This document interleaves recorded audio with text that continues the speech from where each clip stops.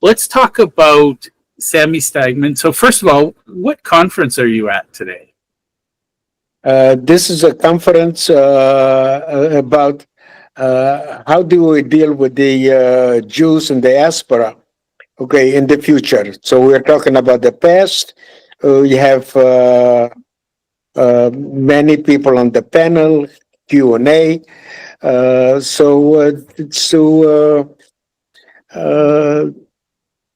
to make it, a better world and to fight Jew hatred. And how's the mood there? Are we making progress? Well, right now it's, I've been in very shortly, only for about half an hour, because I had to be with you. So we have communication issues to deal with it. We have also different panels, different groups that talk about different things depending on their personal interest. My particular group is community, okay, opportunities. How we deal with the communities and reach them. And then to learn more about the Jewish people, about Jew hatred, and how to combat it. So, okay, so we're talking different groups, talk about Yeah. different ideas, how to make it, a better world. Awesome. Now I know you're early into the conference, but next week, if you're up for it, I would really love to learn what you've learned, because I think the misconception a lot of people have in my world is Jew hatred doesn't impact me because I'm not Jewish, and I Well, don't see this. it does affect you because when I talk about the Holocaust, unfortunately, I'm the only one that I talk about how did the Holocaust happen. Yeah, Because the Holocaust, you must talk about it, and it's not a Jewish issue. It's a universal, it's a humanitarian issue, and it's the best example what hate can do not only to a person, but to a group of people, to a nation, and to the world. The whole world was involved in annihilating only one group of people, the Jewish people. You can see right now what's happening, okay, in Syria. You can see, for instance, what's happening in China with the Uyghur people. You see what's happening in Bangladesh, okay, against the Hindus. And I have spoken at the Congress, okay, on behalf of the Hindus. I have also spoken three times, one time at the national rally for the Hindus, and convince them that they should convince United States to call what's happening in China genocide. Because United States is the leader of the world. Once they take the lead, other countries will follow. So until I spoke to them, the United States did not recognize what's happening in China as genocide. Uh, I don't know how they did it, but they listened to me. They convinced the United States to call it genocide. And right now, it is known worldwide what's happening in China to the Uyghur people is genocide. So I'm a very strong advocate for different things, not only for Jewish causes, but fighting Jew hatred and hate per se. yeah, and I think honestly that's where I don't draw the line and say, oh, that's Jew hate. It's a Jewish problem. This is, as you say, a humanitarian problem because once we accept that, oh, well, it's okay, we can hate that group and we can work to get rid of them, who's coming for the next group? And, I think that was sort of the slippery slope with Nazi Germany. Everybody said, oh, it's just a Jewish problem until it became other groups' problems. And by that point, hate had rooted and taken hold of people. Now, the other thing that I want to tell you, no Jews, okay, no news. To give an example of what's happening right now in Gaza, Okay, the media is perpetuating false narratives. Let's take Gaza's numbers, not the real numbers. They Yeah. say that the Jews have killed 40,000 Palestinians. It's not true because at least half of them, okay, were combatants. But let's Yeah. take 40,000. Okay, uh, take a look what's happening worldwide in Congo, and I don't know if you know it or not. They murdered 500,000 people in Sudan and other areas. Nobody talks about it. What's happening in Syria against the Druze? Nobody talks about it. When it comes to the Jews, okay, I'm going to repeat it: no Jews, no news. Well, and for what it's worth, I think I shared this with you before, but as a child, I idolized great thinkers, and it is amazing. The Jewish people are disproportionately represented in my childhood. Albert Einstein being one of many, and it fascinates me. When I was probably about 10 years old, I wanted to be Jewish. I came home from school and I said, I want to be Jewish. And I was raised in a Catholic household, and my mom's like, son, you got to be born Jewish. For the record, small town. It's not like we could search the internet back then. There was no local resources if somebody wanted to become Jewish. But my 10-year-old, give or take self, really wanted to be Jewish because I wanted to be just like Albert Einstein. And, it fascinates me that there's so much resentment towards a people. I have nothing but respect and admiration for the Jewish people. There's a disproportionate contribution to humanity from the Jewish people. And there is no rationale for it, okay? You cannot justify it, but you cannot, uh, okay, people have their own feelings, their own biases, and you cannot legislate Yeah, how people feel. yeah, very true. Now, The, the point the of only this, the, the only way you can combat hate, not only Jew hatred but hate in general, is only through education, and that's my mission in life: to educate the next generation. I love it. And one of my favorite quotes from you. So this podcast is going to be named in honor of you. We're calling it Sami Speaks. It needs to be shared. But one of my favorite comments you've made to me is, I am not what happened to me. I'm what I choose to be. Okay, And let me clarify it. Okay, people identify themselves, you know, by their spouse, by their house, how much money they make, their profession, many ways. Okay. Uh, what happened to me, the Holocaust and everything else in life, the challenges that I had to go through, does not identify me. What identifies me is what I do. And that's why I'm saying, okay, I am not what happened to me. That's not my identity. It's what I do today. That's my identity. As a matter of fact, for the fun of it, I'll give you an example. I had a girlfriend, and when I introduced her to friends, she used to say, "Hi, my name is Anita. I'm bipolar." yeah, Who cares? Who asked you? But that was her identity. And I teach the young people, your identity is what you do. yeah. And I think a lot of people, and I think this is what you've really helped me see. A lot of people think that their identity is shaped externally. And what I love is, if we know that it's how we choose to be, it's very freeing because we can choose.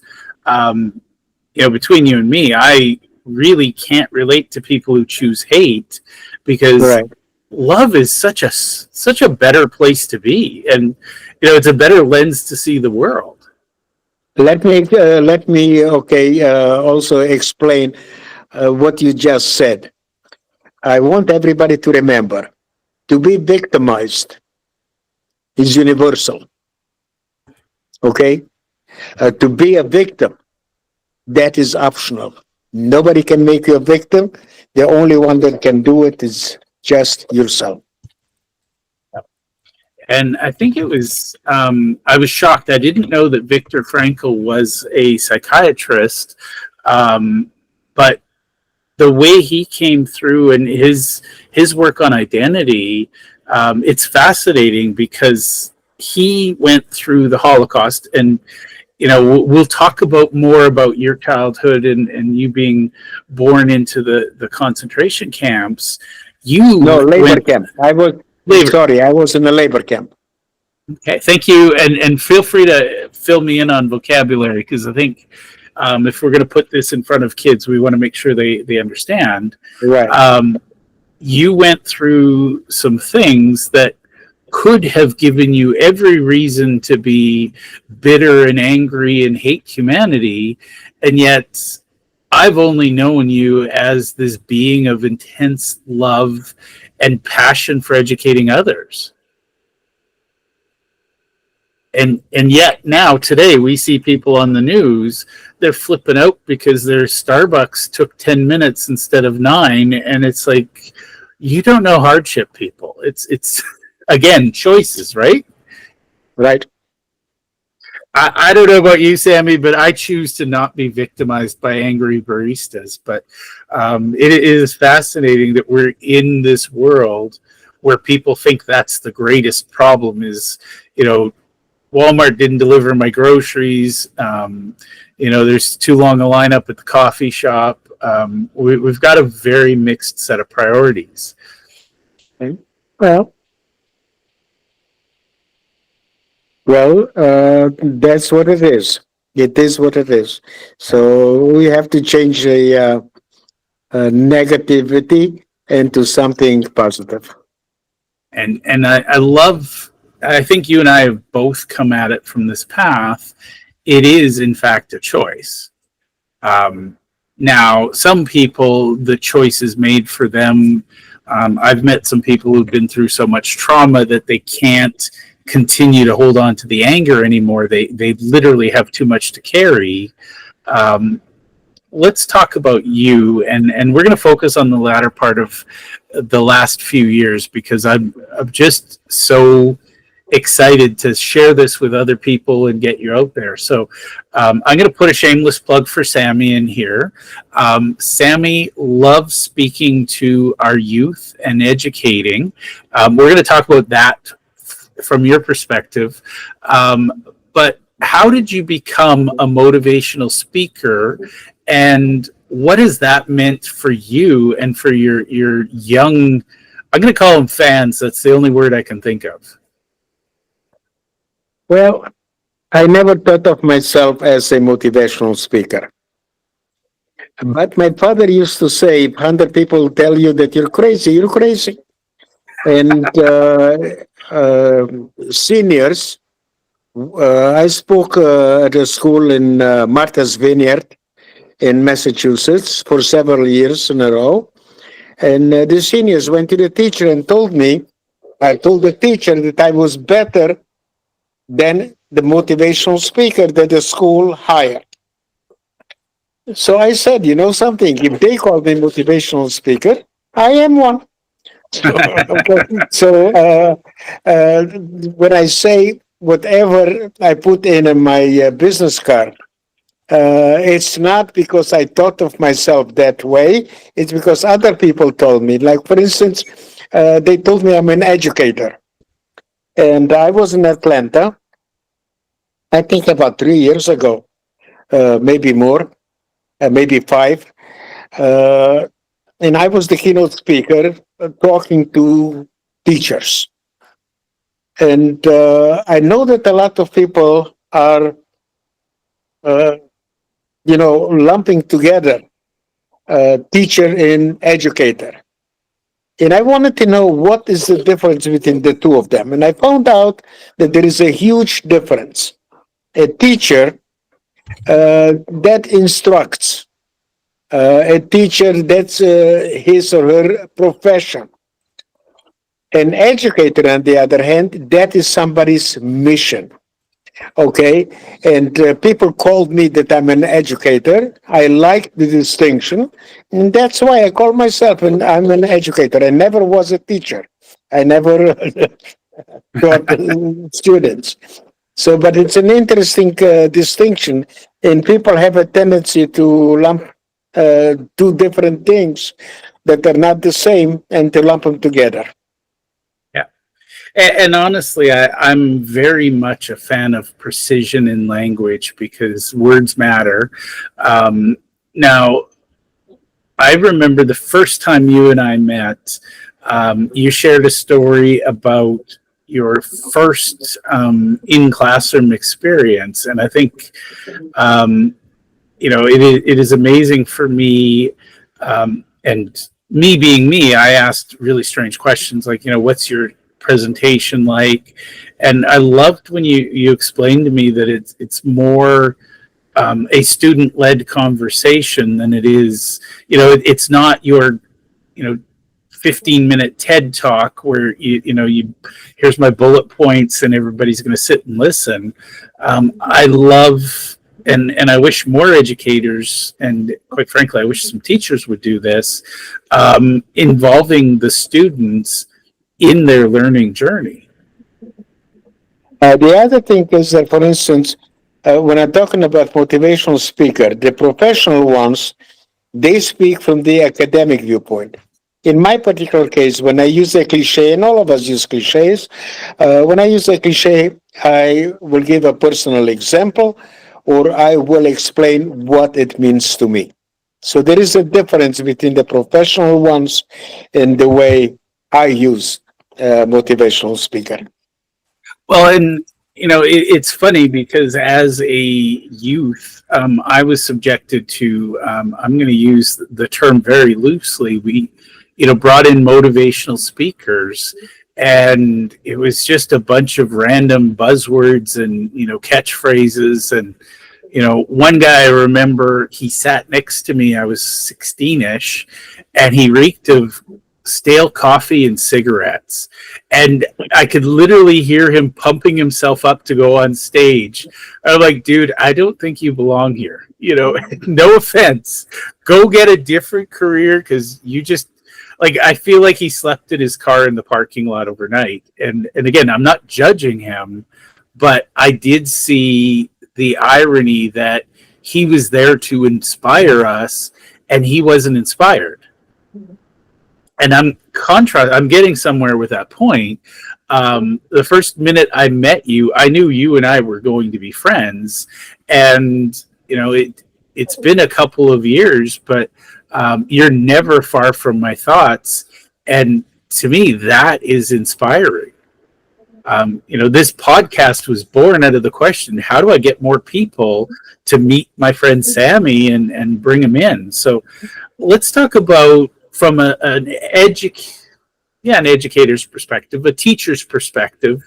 Sorry, I'm trying to find the word, an administrator. That's the word I'm looking for, because I'm going to guess most of the people who decide to bring you in are in the administrative side. They're probably principals or school health.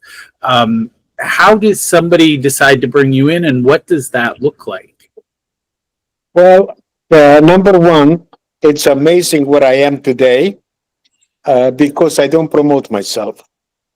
The only thing that I do is I have business cards. I give them away. I know that most of the people throw them away. But on the other hand, there is enough information in the business card that they can find out quite a lot about me. The other thing is I have the website, so a lot of the people, once they go into the website, okay, they contact me. So unlike other people that are very good, I call myself MD. I'm not a doctor. I'm media deficient. To give you an example, my only platform is Facebook. Facebook is a lot of young people are getting away from it. But Instagram, I have an Instagram account, but it's basically a short version of Facebook. I don't know how to create a Facebook uh, reel or whatever it is. So people contact me. It's mostly it's not teachers. It's mostly people that have teachers also, but people that have seen my uh, website, people that have heard me speak, and they spread the word. And obviously, I talk to the teachers or to the principal many times because I want to make sure that whatever I'm going to say does not go against their policies. I don't want to surprise them. I am very honest and very open. I will tell them if somebody asks me a question, I will tell them exactly how I feel. I don't ask anybody to agree with me. I just respect that I may have a different opinion. And because it's done by consensus, I do not have a backlash. And I can say anything I want. I love that. And I think, one of the things that impresses me is just the way, I've seen a lot of the pictures, I've watched some videos. I love how you engage with the kids. Again, I see in past instances, right now my kids are both in really amazing schools, but in past instances, experts are brought in who look down on the children and don't see them as human beings. And I've seen you; they are all over you. You're their honorary grandfather. I think I've Well, said, just to tell you one thing, I'm the only one that really has a student regardless of the grade. I even had a fifth grader moderate, but I have students moderate. Or when I go to organizations, so whoever invites me becomes the moderator because I want the rest of the students to see that particular kid as a leader. Okay, and also to give them the confidence to speak in front of other people. So I try to promote leadership and confidence in young people. So for me, it is very important to engage them because I found out from my experience, uh, personal experience, that when I listen to somebody talk for an hour, uh, I get bored. Okay. don't we all, Sammy? Don't we Okay. all? So it's so much that you can hear somebody's voice. But when I ask a question of somebody, I found out that the other students are interested in finding out what the student has to say. Yeah. And by engaging the students, okay, the other ones participate and they are not falling asleep. So it's not something that I planned, but I just evolved. By speaking a lot, I evolved to become I would say, a good speaker. Well, I'm going to say, and again, I have no vested interest. I think you're a great speaker. And the reason I say that, Sammy, is you can't ever tell me about one of your speaking gigs without the joy coming out on your face. And that tells me you're doing it for love, not for likes, follows. I am so done with the modern influencer world where everybody's like, taking pictures and selfies and, but for you, my friend, it's that joy. And once you get that look on your face, you're going to carry that for the rest of the day. And what I love is I'm going to carry it with me too. So thank you. Okay, well, interesting enough, I had a teacher. He's not the only one, but he called me and he said that he wanted me to speak to his students. And a lot of people know me. I'm very well known worldwide, but I don't know too many people. So I asked him, "How do you know me?" He said, "Well, you spoke at Ohio." And I said, "What are you talking about? That was about 8 or 10 years ago. You still remember me?" And he said, "Yes." And he's not the only one. So uh, it just emphasizes what you are saying. I do have an impact. I don't always know exactly what I do. The other thing is that I don't do it for a living, although I live under the poverty line. For me, that is my mission to educate the next generation. Well, and honestly, I think that's where you and I have resonated is the education is more important than any one person. And I love that you are very much mission driven. And I think that's, you could, and you others have, you could make a very decent living. You could drop the whole Jew hate and you could just say, I'm Sami, the motivational speaker. And I love that your heart and your integrity is like, nope, I am fighting Jew hate till the day I die. And, the if I may, that means, I'm your ally. I'm here for you. So I'm really keen. I want to hear more about what you discovered today because I am fascinated with the whole concept. Humanity, somehow we were taught to hate. And what most people don't realize, and I'll share my thoughts, I want to hear yours. Most people don't realize that love is the greatest force on the planet because it creates. You can't have love and share love without it growing.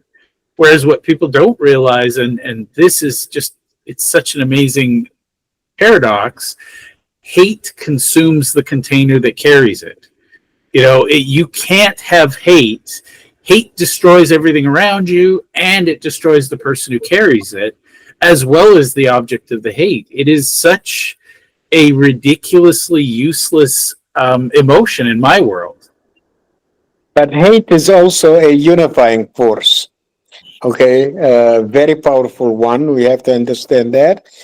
And the only way that you can combat hate is only through education. And it has to start with young age because many times people feel that young people are too young to hear the truth.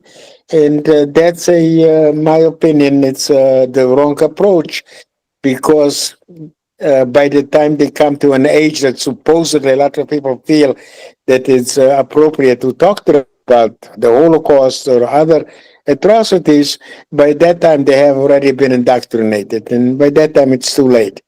So we have to start with a young age. And that's the thing. Once hate's taken root, it takes a lot to pull it out. Whereas my observation of kids and, having two of my own, they thrive when love is their default language. When they're learning hate, it's like a weed growing under less than ideal circumstances. They grow up withered and twisted. Correct. And the fascinating thing, this is just an observation. Don't hold Sami against this or this against Sami. I've realized that plants are smarter than humans because plants will always grow to the light, whereas humans, we tend to be attracted to the dark, even if it's to say, I disagree with you.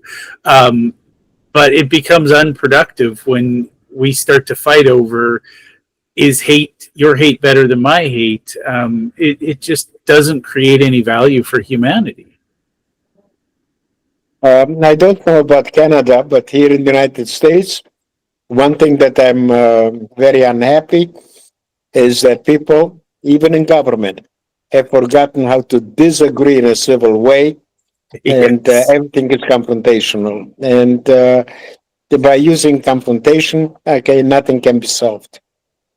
Well, and the sad thing, sorry, this is going to be a little skeptical, but when you look at the media, hate sells newspapers, hate gets eyeballs on social media feeds, hate keeps the world of, I'm going to call it news very lightly because I think we've lost the definition of news, but hate makes money for the people who wield it. Unfortunately, love is incredibly boring from a press standpoint because two people hugged it out and solved their differences. Nobody's going to come back to see the next, are they still hugging? It's Just one of those sad Oh, by things. the way, something that you don't know. I am also officially, I'm an actor. Really? Tell me more. Have you heard of Scarlett Johansson? I adore Scarlett Johansson. Well, in 2018, she was the highest paid actor in the world, and she started last year a directorial debut. I was just an extra, and unbeknownst to me, they asked me to say something. So I became a principal performer. It has nothing to do how long, okay, the speech is, but Screen Actors Guild, SAG, contacted me, sent me a letter that I'm eligible to be a member of SAG. So Wow. I'm not a union member. It's not worth it for me. Yeah. But but I am SAG E, which means SAG eligible. Mm. So I okay, didn't know. so now officially I can call myself okay, an actor. I love that your resume keeps evolving, Sammy. It's fascinating. I feel like there's a future for you. A random. No, I don't think so. I'm not going to make it into a career, but I'm looking for casting agencies just for the fun of it. But I'm not looking to make it into a career. My mission in life is to educate the next generation. Yeah. Now That is my between you and me, I have a friend who does shorts and animation. And I told her about our podcast. Right now, she's just in the middle of, she wrote she's about to be a Guinness World Book record holder. Her name's Hallelujah Johnson.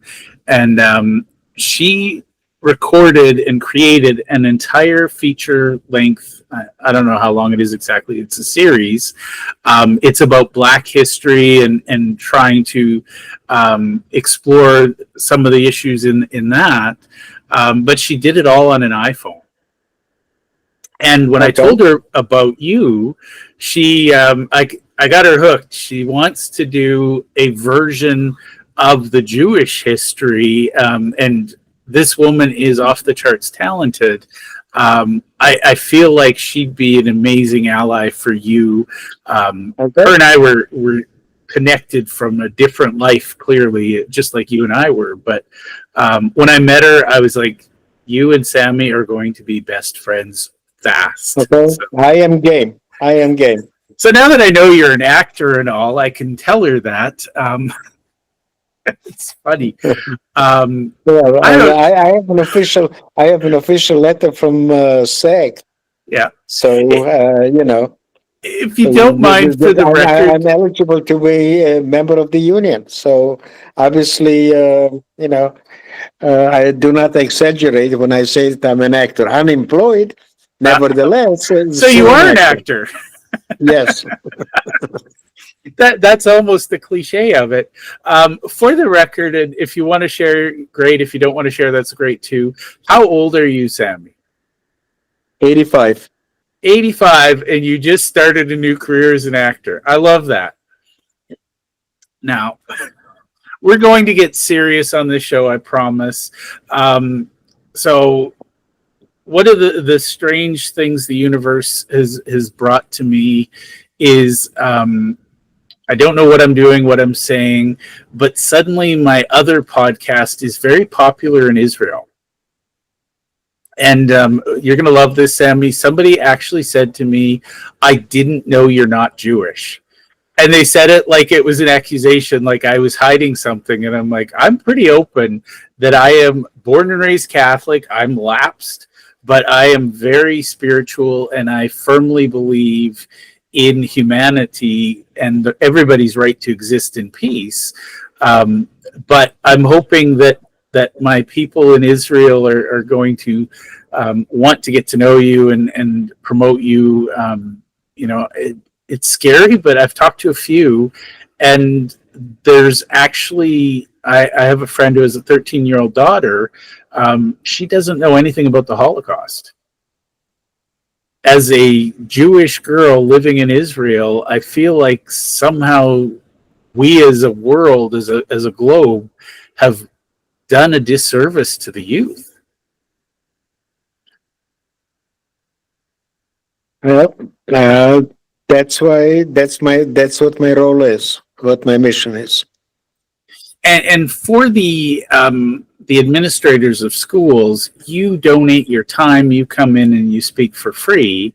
Now, I do know you ask for a fundraiser or donation for travel and accommodation. They have to provide travel.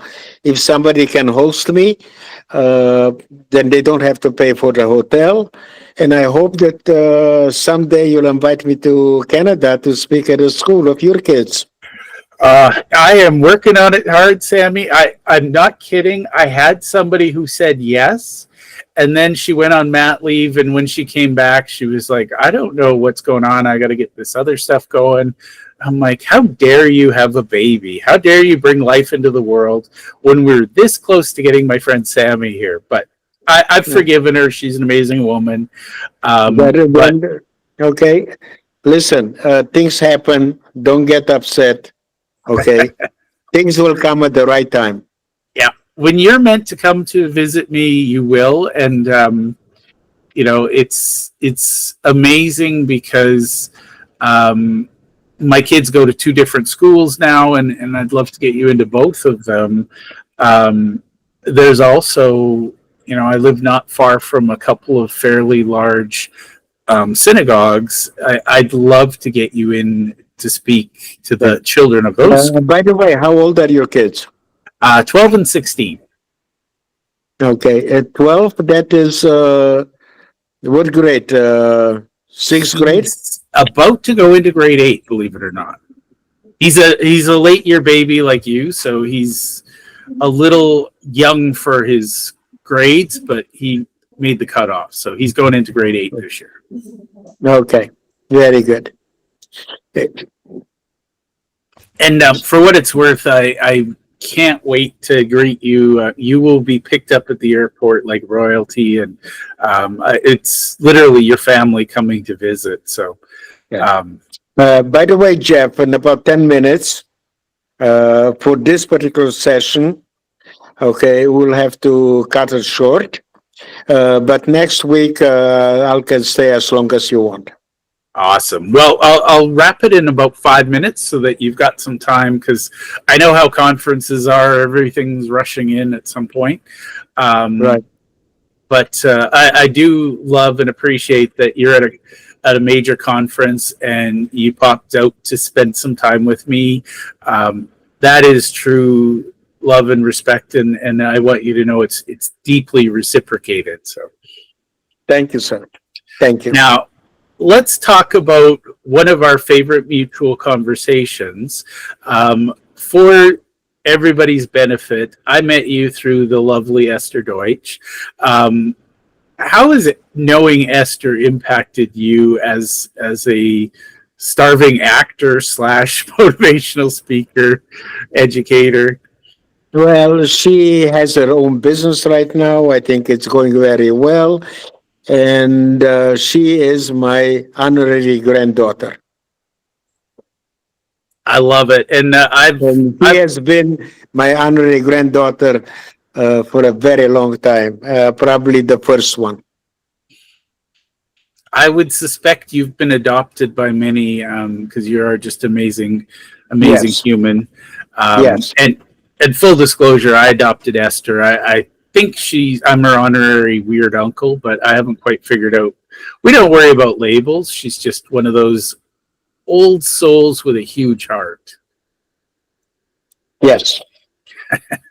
So, Esther, we know you're going to watch this, so we both adore you, and hi from Jeff and Sammy. Right. And I know that you are also very much involved with her, with another book. Yes. So kudos to you. Okay, she deserves it. She's a wonderful person. And, she's just so amazing. It's her book. I've volunteered my time on it because the world needs to know more amazing humans like Esther. And your next book is going to be an amazing story. I think I got to be honest, we're probably going to release a small edition every month, and over time it'll become a bigger book. But one of the challenges, you're 85, you've lived a very deep life. You've had some deep trauma, some amazing highs and lows.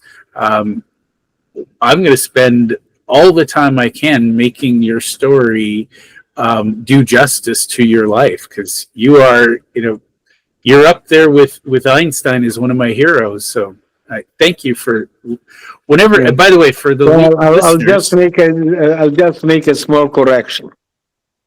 Maybe I'm a hero to you, but not in my mind. In my mind, a hero is somebody that goes out of his comfort zone. I am in my comfort zone doing what I love, and that is to educate the next generations. So, on a personal level, I don't tell how other people should feel about it, but on a personal level, I am not a hero.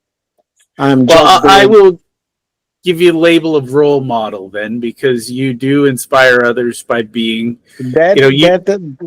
That I can accept. Well, I still, you're a bit of my hero, just from a, anybody who overcomes adversity and becomes better than their circumstances. I have respect and I grant them hero status. So, Thank you. and for what it's worth, I would ascribe Esther is one of my other heroes. And I just want to say for the audience, people watching this, Sami, you and I, we've been out of touch a little bit for the last year or so. And as a credit to you, I said, Sami, I have an idea. You said yes. And I'm like, do you want to hear it first? And he's like, no. So I love that about you, Sami. And, I think this is going to be a weekly podcast. And, we may take breaks for your speaking gigs and stuff. But really, truly, I do want to make sure as many people as possible get to meet you and get to know you. So, as one friend to another, I adore you. By the way, in future podcasts, maybe you can also give some times for people to ask questions. If not directly, maybe in the chat. Yeah. At some point, we will go live. The tech is just a little glitchy right now, but yes, I would love nothing more. Last thing I want to say, I had the pleasure of reading a book, and I wanted to connect you to the author, but she assures me you two are already friends. The book is Dear Zionist, You're Not Alone by Dahlia Kurtz. And yes. She had a podcast with me. Yes. She is, she's a young version of you. October 7th, she dropped everything, quit her job, and she's on a crusade to fight Jew hate and, honestly, hate in general. But it's just, it is amazing when I meet bright souls like you and Dahlia. It just, the world of the hatred, they have no idea their days are numbered, because you two bring enough love that it's inevitable. So I just want to bring that up and say Dahlia's really inspired me. Since you mentioned her name, please send her my love. Awesome. Well, Sami, I better run, let you get back to your conference. For everybody, we will go into your childhood and the camps and things like that. But today I wanted to start with the amazing human, because you truly, I love that. You truly do epitomize, choosing who you want to become. So thank you for being a guest on our show. Co-host, you're a co-host. You're not a guest. Okay. My honor. Okay. And all the best, and I'll see you next week. Awesome. And I can't wait to hear all about your panel today. So Enjoy, and I hope big things come of it. Thank you. Thanks, Okay. Sami. Bye-bye. Bye. Bye.